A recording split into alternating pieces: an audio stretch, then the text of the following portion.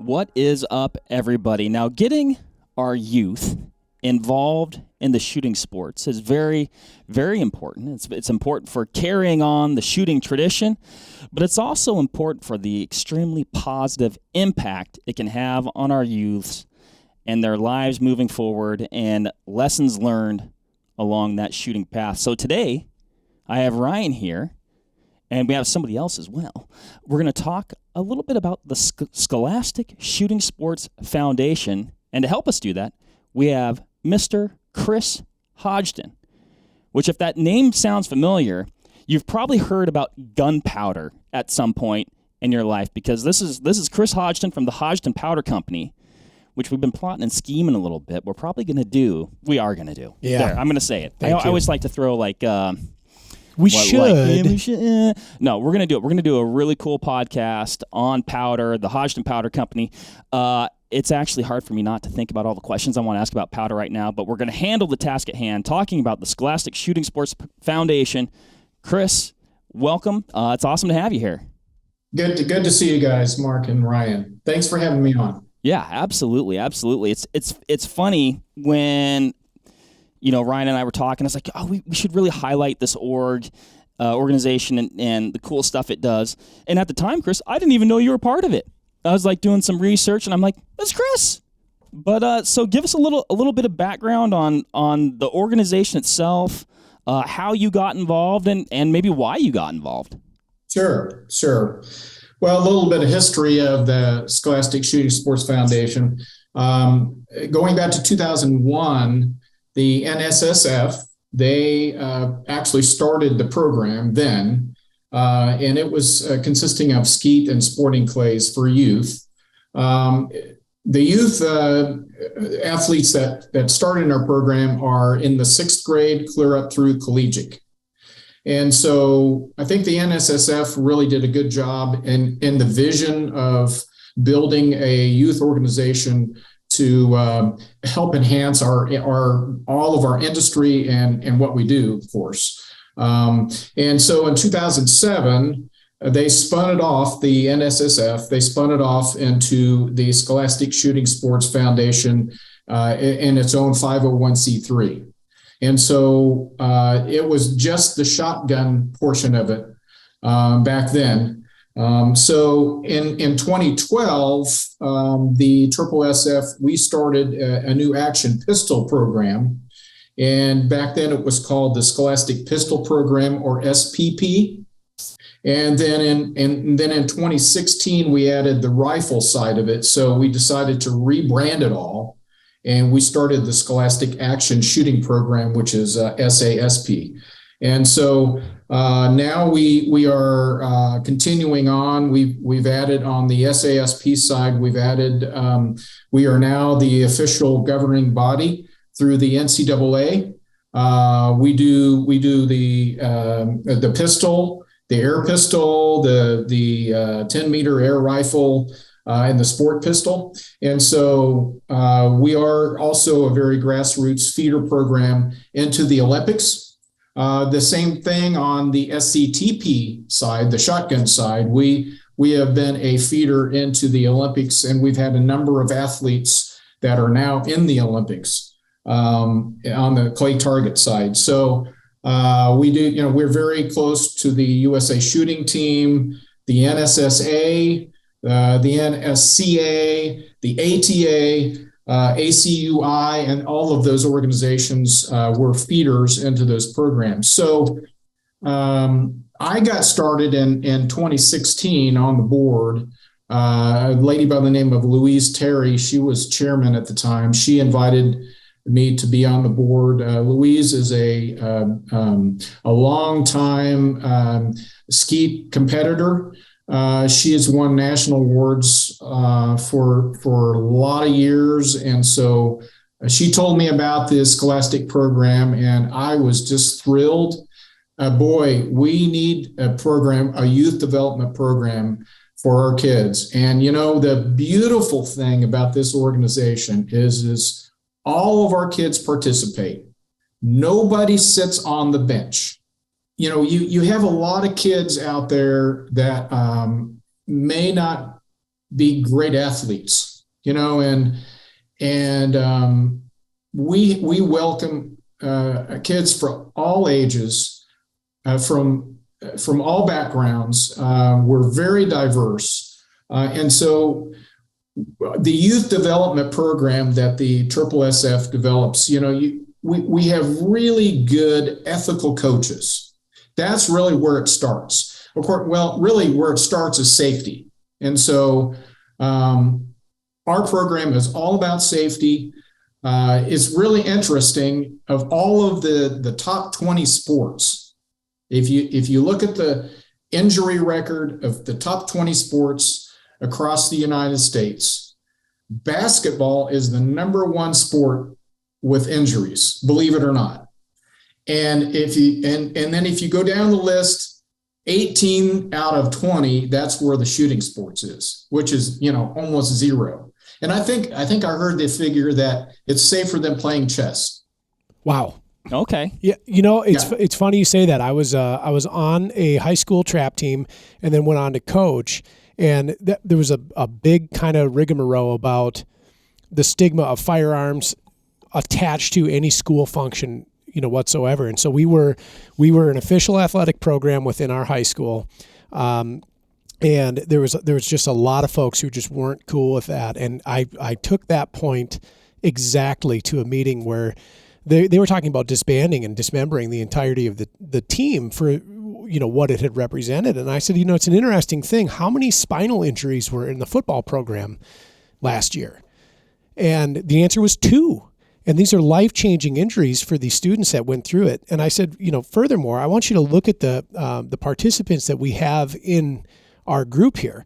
I have all-star athletes. I have myself. I was not an athlete. I was a subpar student. And there I was. We had people from the band groups. We had people from the theater groups. We had people that weren't attached to any group, social clique, or otherwise.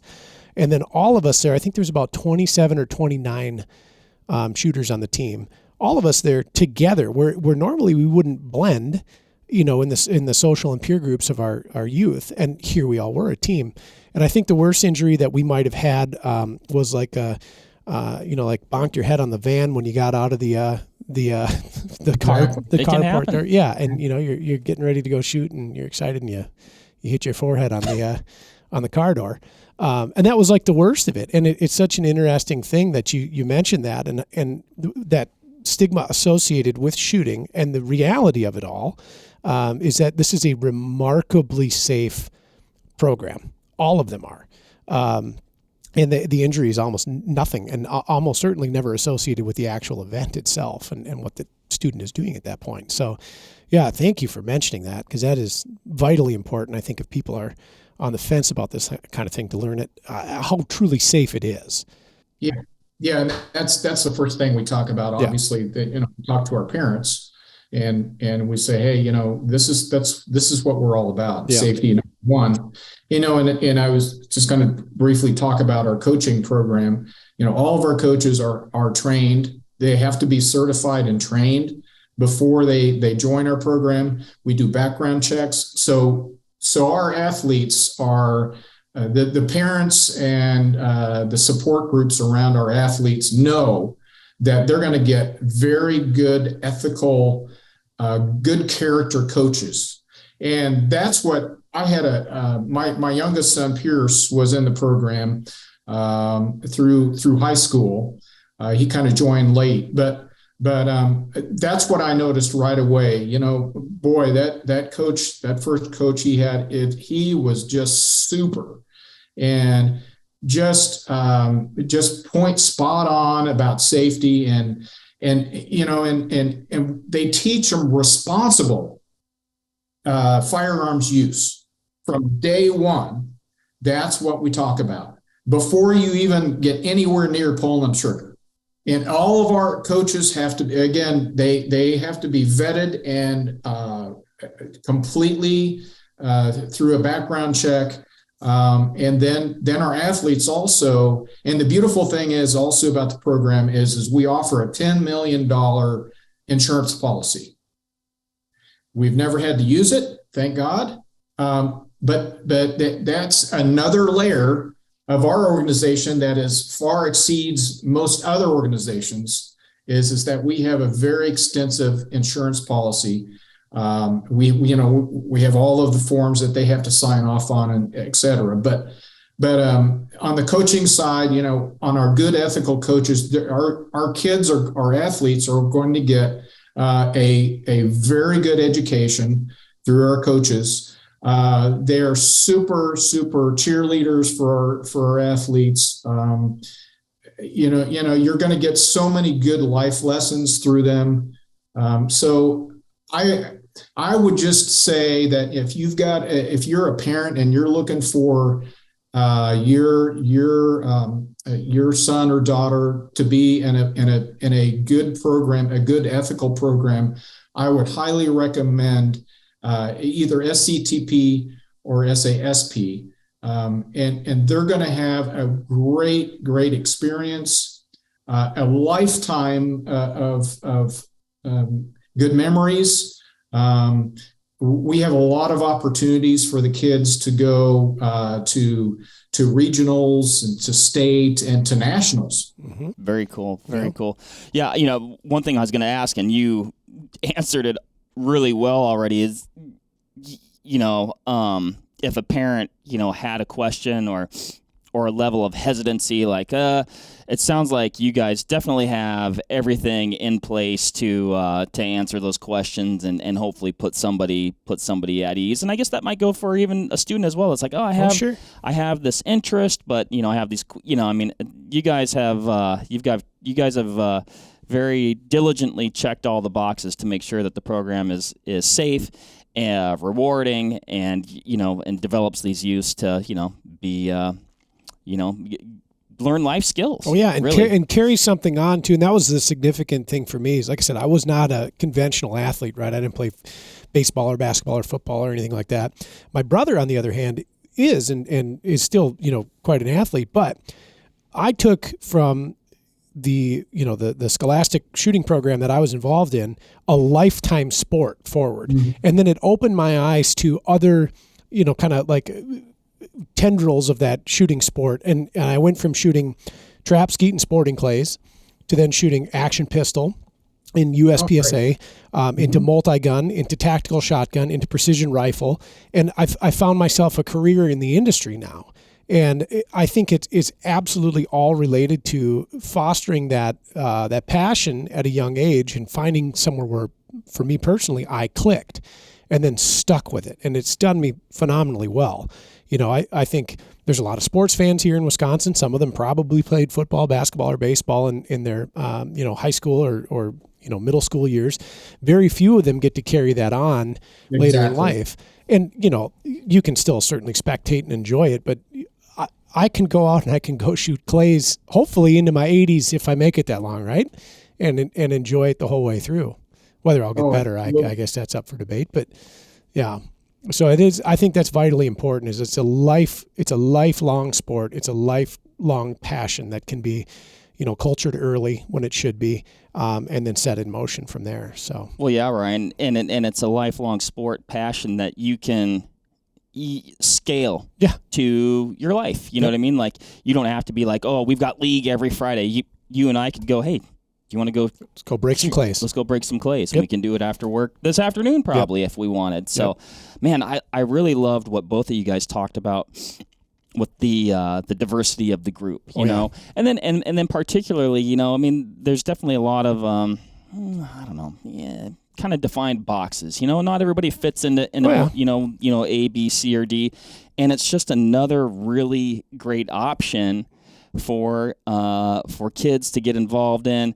And part of it, I would wonder if even it's an awareness thing for kids and adults that sometimes they don't even know that this is an opportunity. Oh, it came as a surprise to me, which was interesting. Here I was a sophomore, and then I learned about this, and it had been something that had been going on under my nose the whole time, and I came into it, 3 years too late or so. I was delighted to know it, and then we grew the program because of it, and because of the inclusivity, and because everybody was allowed to be there, and there was no tryout per se. Everybody just had a lot of fun. We all became friends after that, too, and carry that on. It was just delightful. Well, you're becoming friends, like you said, with folks that you otherwise may not. That Sure. would be kind of like, outside of, your Peer group. Your peer group. Correct. Yeah. A lot of lessons there, too. Oh, yes. Yep. It's always good to get other people's perspectives. Oh, yes. I was just going to add another layer of wonderful things that the organization does is we've given out over $730,000 in scholarships since 2013. Yeah. And so this year, actually just last year, we gave out $90,000 in scholarships. Wow. And a half a dozen firearms to our athletes that were seniors last year. So again, we're going to have this year, we have another 10 athletes that qualified, both on the SCTP and the SASP all scholastic team. And, and we do require a 3.0 grade point average. We want them to have they wouldn't need to write a paper, and they need to have recommendations from their coach or a teacher. And they have to shoot 190 out of 200 targets, whether it be trap or skeet or sporting. And then also you have to get 100 out of 125 in bunker trap, which is another added thing that we have in SCTP now, Bunker Trap International, because we're making a real effort on that side. And then the SASP, you have to get a match score in 55 seconds. So that's pretty impressive to be on that team. Yeah. But we do require all of our athletes to meet a certain grade point average, and that's just another. That's part of the scholastic part, obviously. Yep. Absolutely. I don't think I'm eligible for the scholarships. We can go back. We can shave. We'll turn our hats backwards, and we're new students. What was that movie, 21 Jump Street, where they? Oh, yeah. That's what we'll do. Yeah, let's do that. Yeah, that sounds fun. Chris, what's the best way for a person to, maybe this probably should be my last question, but it's not. How are people finding out about SSSF? What's the best way to find out about it? If a person is like, oh man, I got some questions, or maybe a parent is listening to this right now, what are some good spots for them to check into? The best way to go is just go online to SSSF.org. SSSFonline.org. So, and then there's the SCTP.org and then the SASP.org. So we have actually 3 different websites. But if your son or daughter is interested in, obviously in pistol and rifle shooting, they can go to the SASP site, and then vice versa with shotgun site, SCTP.org. Gotcha. You were talking about those scholarships a second ago. How does this program translate over to college and opportunities at college? So yes, we do have several colleges that we partnered with in the past. At our nationals, which is in Marengo, Ohio, at the Cardinal Center, it's the first 2 weeks of July. And all of our athletes, you can qualify, very easily to go through your local club. But once you get to nationals, we have a college day, actually, where we invite in a number of colleges and universities that do have a shooting program. And it's a wonderful way to come, and our athletes have a wonderful way to connect with them on college day. And that's usually towards the end of the nationals.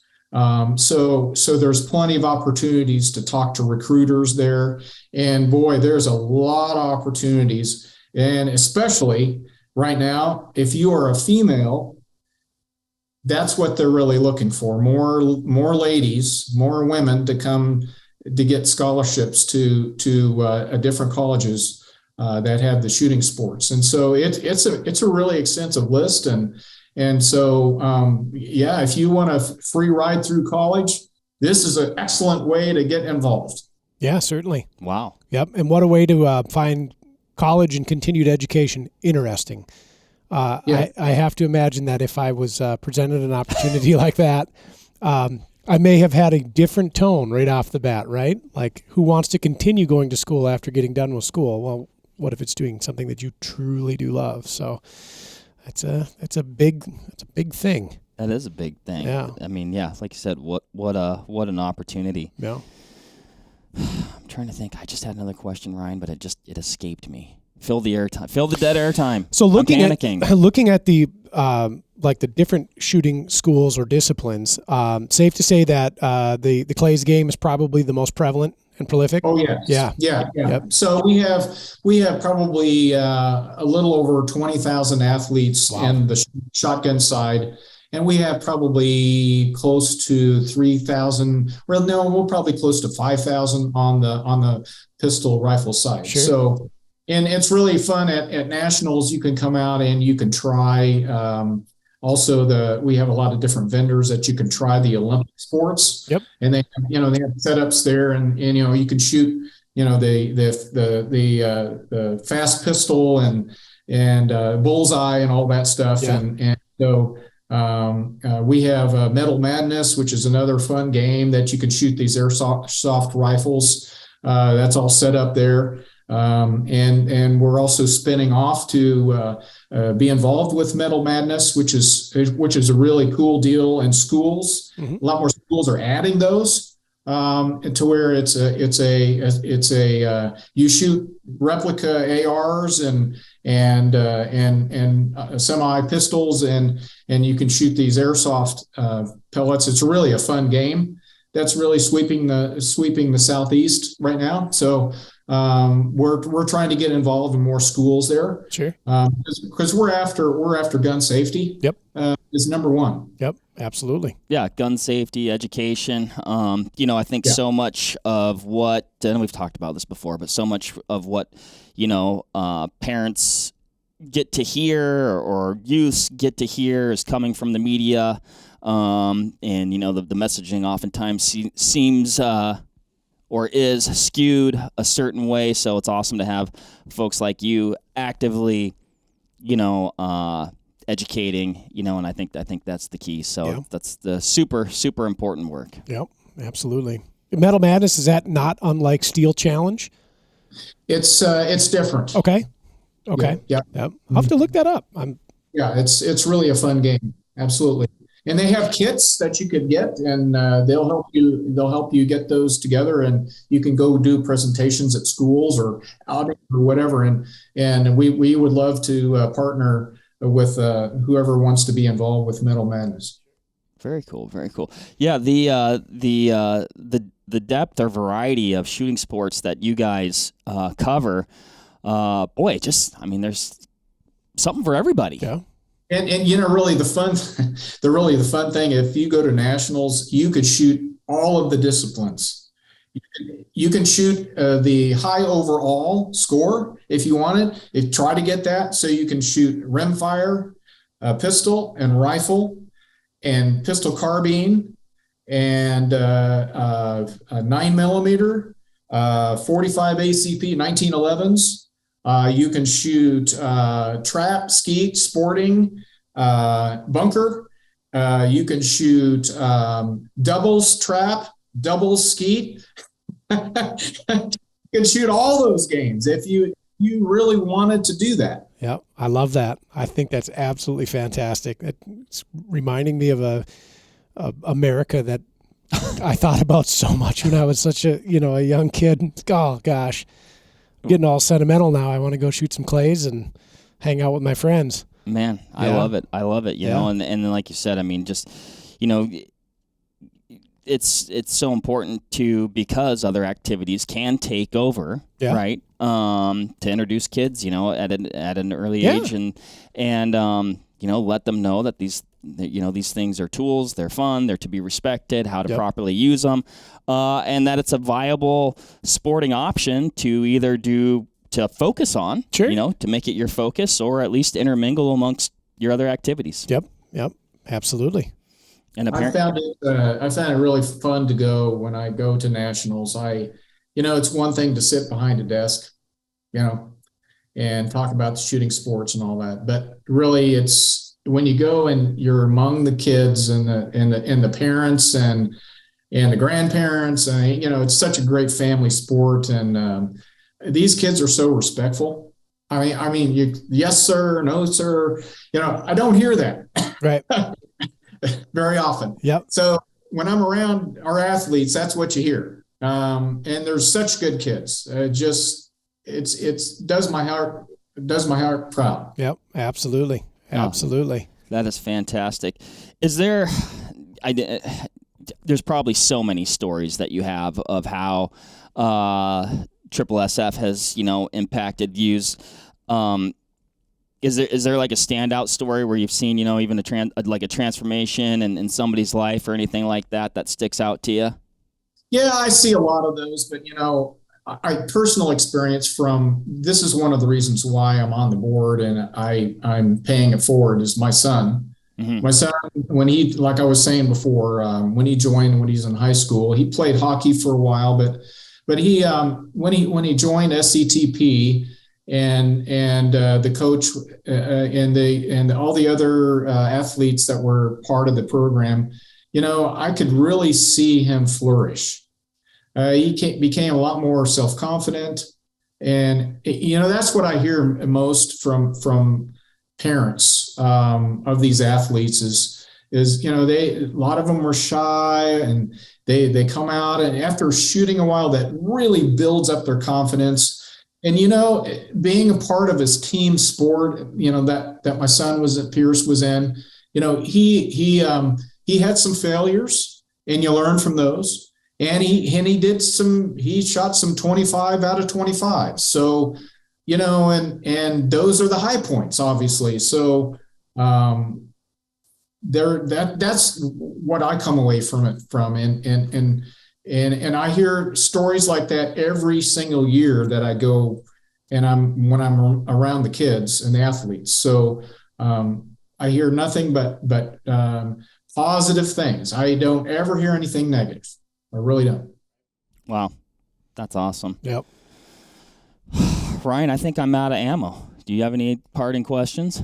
No, I just think it's delightful to hear, in the modern era, we're seeing less young people getting involved with this early, and to know that there are programmatic solutions to get them back into it and to hook them up. And then what you had just said right there, the number of kids that either I shot with or then later I coached that didn't necessarily know where their place was socially or what they were even good at, come out and kind of crack that egg and all of a sudden unlock this hidden talent that they didn't know that they had, and then find a peer group that they absolutely get along with, and then carry that on and go forward, kind of regardless of background or what they had done prior to this, is just so delightful. And so I just think it's such a vitally important thing that continues on. And I wish that every single school district had this on the roster, just as they would put football or basketball or hockey or tennis or whatever at the top of their list. I think that this is as important for a young person to develop themselves, develop an ability they may or may not know they even have, and then look to the future for something, interesting and beneficial for them to pursue. So it's tremendous. Well, we are a youth development organization, obviously, but we happen to use firearms as the part of the development part.